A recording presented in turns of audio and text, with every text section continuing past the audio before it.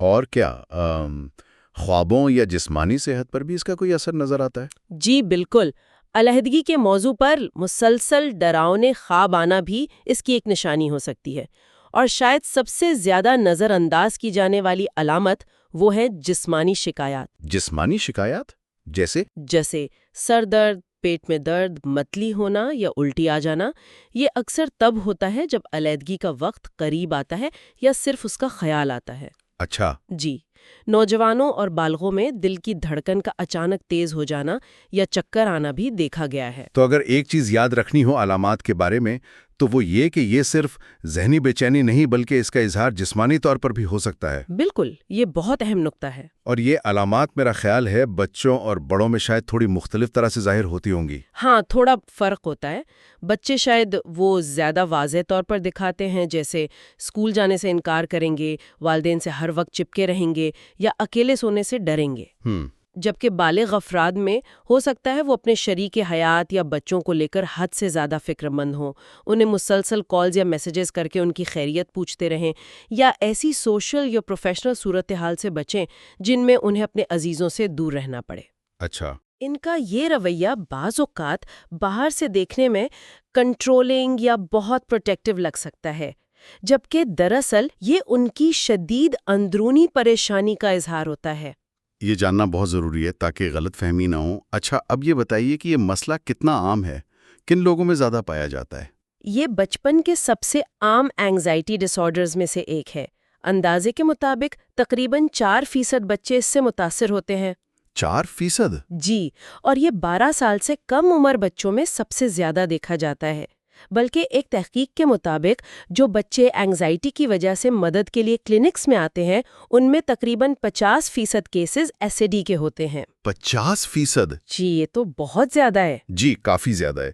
لیکن جیسا ہم نے شروع میں کہا، یہ صرف بچوں کا مسئلہ نہیں، بالوں میں اس کی کیا صورتحال ہے؟ یہاں ایک ذرا حیران کن بات یہ ہے کہ جبکہ ہم اسے بچپن کا مسئلہ سمجھتے ہیں، ایک اندازے کے مطابق تقریباً 6.6% بالغ افراد اپنی زندگی میں کبھی نہ کبھی اس کا شکار ہوتے ہیں۔ 6.6% بالغ؟ جی، اور اس سے بھی دلچسپ بات یہ ہے کہ جن بالغوں میں یہ ڈس آرڈر پایا جاتا ہے ان میں سے تقریباً 77% میں علامات کا آغاز جوانی میں ہی ہوتا ہے۔ جوانی میں مطلب بچپن سے نہیں چلا آ رہا ہوتا؟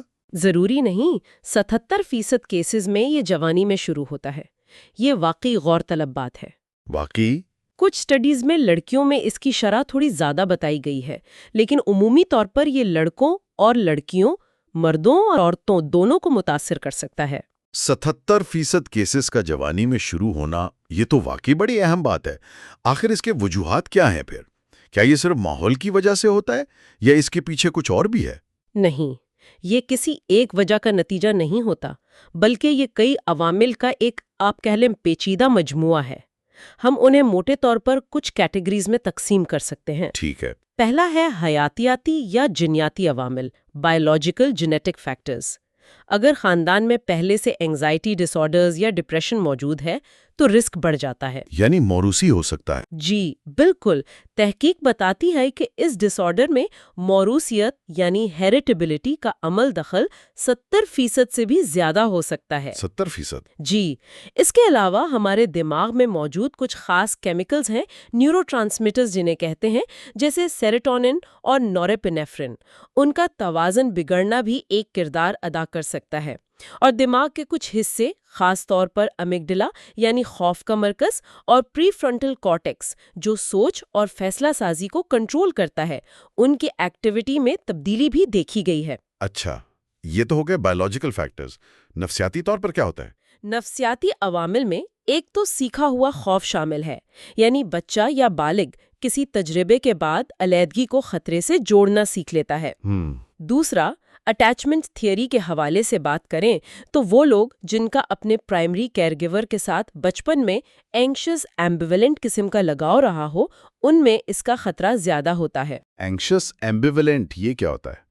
اس قسم کے لگاؤ میں بچہ کیئر گیور کی غیر موجودگی میں بہت پریشان ہوتا ہے، لیکن جب وہ واپس آتے ہیں تب بھی آسانی سے پرسکون نہیں ہوتا، بلکہ غصہ یا مزاحمت دکھا سکتا ہے۔ ایک طرح کی غیر یقینی کیفیت ہوتی ہے۔ اچھا، اور ماحول کا اثر، زندگی کے جو واقعات ہوتے ہیں، حادثات، وہ کتنے اہم ہیں؟ بہت اہم۔ ماحولیاتی عوامل انوائرمنٹل فیکٹرز اس ڈس آرڈر کو ٹریگر کرنے میں یعنی شروع کرنے میں بڑا کردار ادا کرتے ہیں۔ زندگی کے بڑے سٹریس والے واقعات جیسے کسی قریبی عزیز کی موت، والدین کی طلاق، اسکول یا شہر تبدیل کرنا، کوئی بڑی بیماری یا کوئی قدرتی آفت یا کوئی اور صدمہ، یہ سب علیحدگی کے خوف کو بڑھا سکتے ہیں یا پہلی بار سامنے لا سکتے ہیں۔ ٹھیک ہے، شخصیت اور والدین کے رویے کا بھی کوئی فرق پڑتا ہے؟ آپ نے شروع میں ذکر کیا تھا۔ جی بالکل، مزاج ٹیمپرمنٹ بھی ایک فیکٹر ہے۔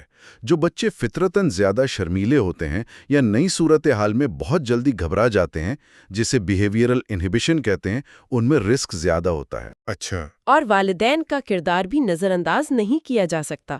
اگر والدین خود بہت زیادہ اینشس ہیں یا بچے کو لے کر حد سے زیادہ وہ پروٹیکٹیو ہیں، ہر چیز سے بچانے کی کوشش کرتے ہیں یا تنقیدی رویہ رکھتے ہیں، تو یہ بھی بچے کی انگزائٹی کو بڑھا سکتا ہے۔ تو یہ تو کافی سارے عوامل مل جل کر کام کرتے ہیں۔ جی ہاں، یہ ایک ملٹی فیکٹوریل مسئلہ ہے۔ تو پھر اس کی تشخیص کیسے کی جاتی ہے؟ اگر کسی کو شک ہو کہ اسے یا اس کے بچے کو یہ مسئلہ ہو سکتا ہے، تو وہ کیا کرے؟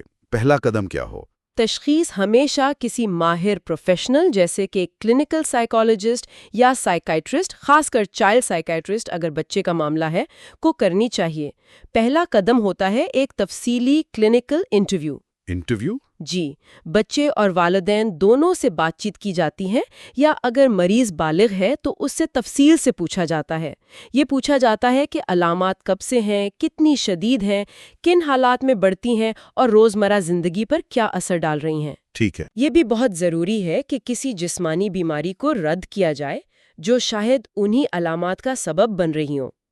بعض اوقات تھائرائیڈ کے مسئلے یا دل کے مسئلے کی علامات بھی اینگزائٹی جیسی لگ سکتی ہیں۔ اچھا، یعنی میڈیکل چیک اپ بھی ضروری ہے؟ جی، وہ رول آؤٹ کرنا ضروری ہے۔ کیا کوئی خاص ٹیسٹ یا سوال نامے وغیرہ بھی استعمال ہوتے ہیں اس میں؟ ہاں، تشخیص میں مدد کے لیے اور علامات کی شدت کو ناپنے کے لیے کچھ معیاری سوال نامے یعنی اسٹینڈرڈائزڈ کویسچنرز استعمال کیے جا سکتے ہیں۔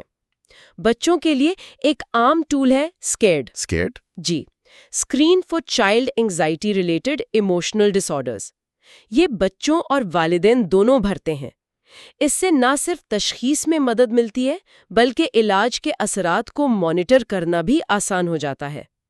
ایک اور اہم ٹول ہے ایڈیز یعنی اینگزائٹی ڈس آرڈرز انٹرویو اسکیڈول، جسے اکثر گولڈ سٹینڈرڈ سمجھا جاتا ہے۔ یہ بہت تفصیلی انٹرویو ہوتا ہے، ٹھیک ہے، لیکن بنیادی تشخیص وہ کلینکل ججمنٹ اور DSM-5 کے کرائیٹیریا پر ہی مبنی ہوتی ہے۔ وہی 3 علامات، مدت اور زندگی میں رکاوٹ والا معیار۔ جی بالکل، کم از کم 3 علامات، ان کا مخصوص مدت تک جاری رہنا، بچوں میں 4 ہفتے، بالغوں میں 6 مہینے، اور ان کی وجہ سے زندگی میں نمایاں خلل آنا ضروری ہے۔ ساتھ ہی یہ بھی یقینی بنانا ہوتا ہے کہ یہ علامات کسی اور نفسیاتی مسئلے جیسے آٹزم اسپیکٹرم ڈس آرڈر یا سائیکوسس کا حصہ نہ ہو۔ ایک اور سوال ذہن میں آ رہا ہے، کیا سیپریشن اینگزائٹی ڈس آرڈر کے ساتھ دوسرے نفسیاتی مسائل بھی ہو سکتے ہیں؟ مطلب کیا یہ اکیلے آتا ہے یا؟ ہاں، یہ بہت اہم سوال ہے۔ یہ بہت عام ہے، جسے ہم کوموربیڈیٹی کہتے ہیں، مطلب ایک سے زیادہ مسائل کا ایک ساتھ ہونا۔ اچھا، کوموربیڈیٹی۔ جی، بچوں میں اکثر اس کے ساتھ جنرلائزڈ اینگزائٹی ڈس آرڈر GAD یعنی ہر وقت کی بے جا فکر مندی یا کوئی اسپیسیفک فوبیا، کسی خاص چیز یا صورتحال کا شدید خوف بھی پایا جاتا ہے۔ ٹھیک، اور بالغوں میں؟ بالغوں میں اس کے ساتھ پینک ڈس آرڈر، شدید وحشت کے دورے، ایگورافوبیا، ایسی جگہوں سے خوف جہاں سے نکلنا مشکل ہو، سوشل اینگزائٹی، لوگوں سے ملنے جلنے کا خوف، ڈپریشن، OCD، آبزیسو کمپلسیو ڈس آرڈر یا کچھ پرسنالٹی ڈس آرڈرز، خاص کر کلسٹر C والے جو خود اینگزائٹی اور اوائیڈنس سے متعلق ہیں، یا بارڈر لائن پرسنالٹی ڈس آرڈر کی وہ ترک کیے جانے کا خوف والی علامت وہ بھی ہو سکتی ہیں۔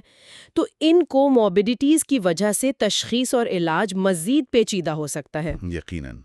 اچھا، اگر تشخیص ہو جائے تو پھر علاج کے کیا طریقے ہیں؟ کیا امید ہے بہتری کی؟ جی بالکل امید ہے۔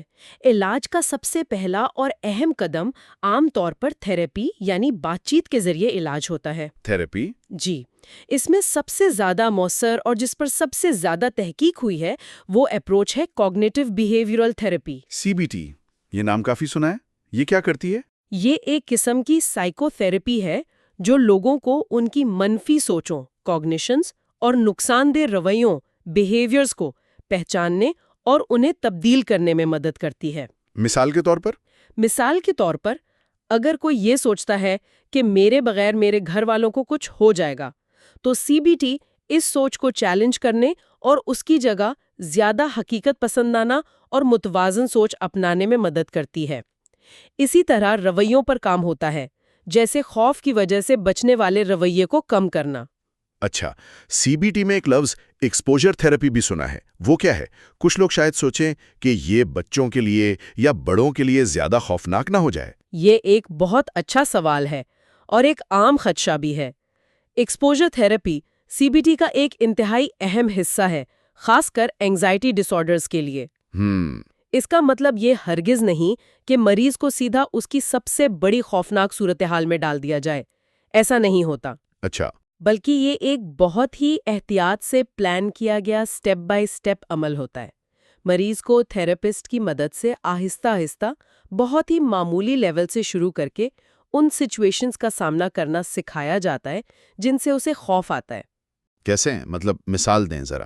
مثال کے طور پر پہلے صرف چند منٹ کے لیے کیئر گیور سے الگ کمرے میں رہنا، پھر تھوڑی دیر کے لیے گھر میں کسی اور قابل اعتماد شخص کے پاس رہنا، پھر شاید اسکول میں تھوڑی دیر اکیلے گزارنا، وغیرہ وغیرہ۔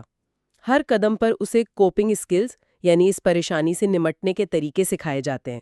ٹھیک ہے۔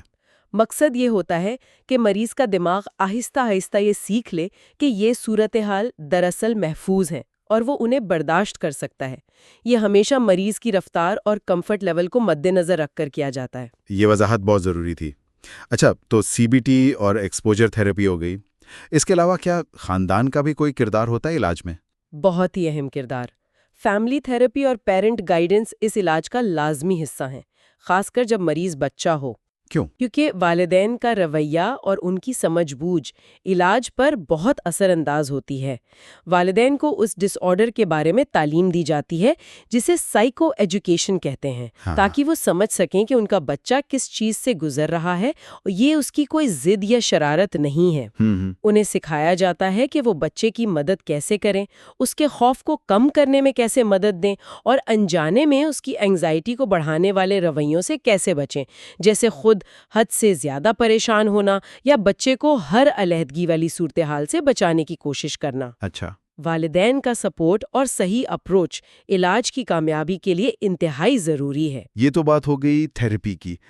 کیا اس میں دواؤں کا بھی کوئی رول ہے؟ دوائیں عام طور پر فرسٹ لائن ٹریٹمنٹ نہیں ہوتی، خاص کر بچوں میں تھراپی کو ترجیح دی جاتی ہے۔ ٹھیک۔ لیکن اگر علامات بہت شدید ہوں یا صرف تھراپی سے خاطر خواہ فائدہ نہ ہو رہا ہو تو پھر دوائیں خاص طور پر CBT کے ساتھ ملا کر کمبینیشن تھراپی تجویز کی جا سکتی ہیں۔ کون سی دوائیں؟ ایک بڑی ریسرچ سٹڈی ہوئی تھی جس میں یہ پایا گیا تھا کہ CBT اور ایک خاص قسم کی دوائی جو ایک SSRI ہے، اس کا کمبینیشن صرف CBT یا صرف دوائی سے بہتر نتائج دیتا ہے۔ SSRIs سلیکٹیو سیروٹونن ری اپٹیک انہیبیٹرز وہ گروپ ہے جو عام طور پر استعمال ہوتا ہے۔ ٹھیک ہے۔ لیکن یہ یاد رکھنا بہت ضروری ہے کہ سیپریشن اینزائٹی ڈس آرڈر کے لیے کوئی خاص FDA سے منظور شدہ دوائی نہیں ہے اور ان دواؤں کا استعمال ہمیشہ ڈاکٹر کی ہدایت اور نگرانی میں ہی ہونا چاہیے۔ خاص کر بچوں میں ان کے استعمال میں بہت احتیاط کی ضرورت ہوتی ہے اور فائدے نقصان کو بہت غور سے دیکھا جاتا ہے۔ یہ بہت اہم بات ہے۔ اچھا، یہ سب تو علاج کے طریقے ہو گئے، لیکن روزمرہ زندگی میں اس مسئلے کے ساتھ رہتے ہوئے اسے مینج کرنے کے لیے والدین یا خاندان والے خود کیا کر سکتے ہیں؟ کچھ عملی ٹپس؟ جی بالکل۔ سب سے پہلی اور اہم بات تو وہی ہے کہ اگر آپ کو شک ہے تو جلد از جلد کسی ماہر سے مشورہ کریں۔ جتنی جلدی تشخیص اور علاج شروع ہوگا اتنا بہتر ہوگا۔ ٹھیک ہے۔ والدین کے لیے کچھ عملی تجاویز یہ ہو سکتی ہیں۔ پہلا، اپنے وعدے نبھائیں۔ اگر آپ بچے سے کہتے ہیں کہ آپ 1 گھنٹے میں واپس آئیں گے تو وقت پر واپس آئیں۔ اس سے ان کا اعتماد بحال ہوتا ہے کہ آپ جائیں گے تو واپس بھی آئیں گے۔ بھروسہ قائم رکھنا۔ جی۔ دوسرا، علیحدگی کی مشق کرائیں۔ آہستہ آہستہ قابل اعتماد لوگوں جیسے دادا دادی یا کوئی دوست، ان کے ساتھ بہت مختصر وقت کے لیے علیحدگی کی مشق شروع کریں اور پھر اس مدت کو بتدریج بڑھائیں۔ ٹھیک ہے۔ تیسرا، حوصلہ افزائی کریں۔ جب بچہ علیحدگی کو تھوڑا سا بھی برداشت کرے تو اس کی خوب تعریف کریں اور حوصلہ دیں۔ چھوٹی چھوٹی کامیابیوں کو بھی سراہیں۔ مثبت کمک۔ بالکل۔ چوتھا، سٹریس والی صورتحال کے لیے پہلے سے پلان کریں۔ اگر آپ کو پتا ہے کہ کوئی خاص صورتحال آنے والی ہے، جیسے اسکول کا پہلا دن یا کسی پارٹی میں جانا جو مشکل ہو سکتی ہے، تو اس کے لیے پہلے سے بچے کو ذہنی طور پر تیار کریں اور مل کر پلان بنائیں کہ وہ کیسے کوپ کرے گا۔ تیاری اہم ہے۔ جی۔ پانچواں، اسکول کو شامل کریں۔ اگر بچہ اسکول جاتا ہے تو وہاں کے ٹیچرز اور سٹاف کو اس بارے میں آگاہ کریں تاکہ وہ بھی مددگار ثابت ہو سکیں۔ ان کا کردار بہت اہم ہو سکتا ہے۔ صحیح۔ اور آخری لیکن بہت اہم، اپنا خیال رکھیں۔ اگر والدین خود انگزائٹی یا سٹریس کا شکار ہیں تو ان کے لیے ضروری ہے کہ وہ اپنی مدد کے لیے بھی قدم اٹھائیں، کیونکہ ان کی کیفیت بچے پر براہ راست اثر انداز ہوتی ہے۔ یہ بہت ہی مفید نکات ہیں۔ اچھا، آخری سوال، اگر اس مسئلے کا صحیح وقت پر علاج نہ کیا جائے یا یہ ٹھیک نہ ہو تو اس کے طویل مدتی اثرات کیا ہو سکتے ہیں؟ مستقبل میں کیا مسائل پیدا ہو سکتے ہیں؟ یہ ایک سنگین بات ہے۔ اگر اسے بغیر علاج کے چھوڑ دیا جائے تو یہ مسئلہ دائمی یعنی کرونک بن سکتا ہے، یا پھر ٹھیک ہونے کے بعد بار بار واپس آ سکتا ہے، جسے ریلیپس کہتے ہیں۔ اچھا۔